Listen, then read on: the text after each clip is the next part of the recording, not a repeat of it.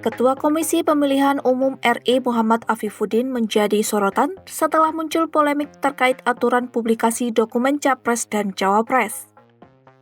Afifuddin mengeluarkan keputusan nomor 731 tahun 2025 tentang 16 dokumen yang menjadi rahasia antara KPU dan Capres-Cawapres pendaftar, salah satunya ijazah. Namun kemudian keputusan KPU tersebut dibatalkan. Lantas, siapakah Afifuddin? Berikut profilnya.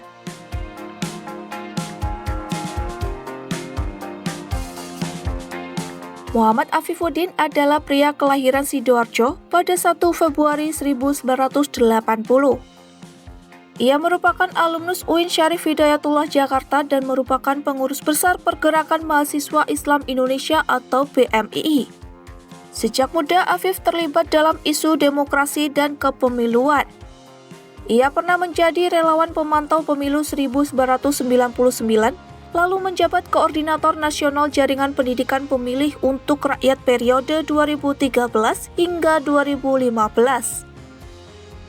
Afifuddin sempat bekerja di Pusat Pengembangan Sumber Daya Manusia UIN, membidangi isu Islam dan demokrasi setelah lulus pada 2004.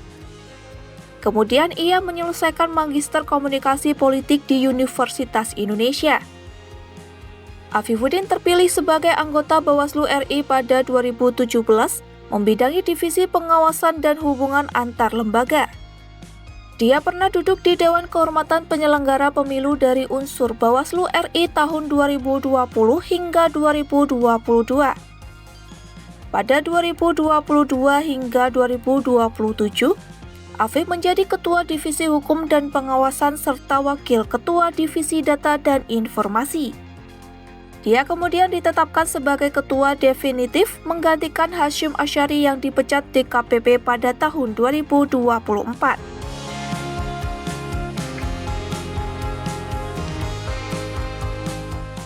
Akhir-akhir ini publik mulai menyoroti sosok Afifuddin setelah keputusannya soal merahasiakan ijazah Capres dan Cawapres melalui keputusan KPU nomor 731 tahun 2025 menuai kritik dan akhirnya dibatalkan. Keputusan yang terbit pada 21 Agustus 2025 itu awalnya menetapkan 16 dokumen syarat pendaftaran Capres dan Cawapres sebagai informasi yang dikecualikan dari publik, salah satunya adalah ijazah. KPU hanya memberikan peluang pembukaan dokumen jika ada persetujuan tertulis dari yang bersangkutan. Namun setelah mendapat banyak protes dari masyarakat dan legislator, KPU memutuskan untuk membatalkan aturan tersebut.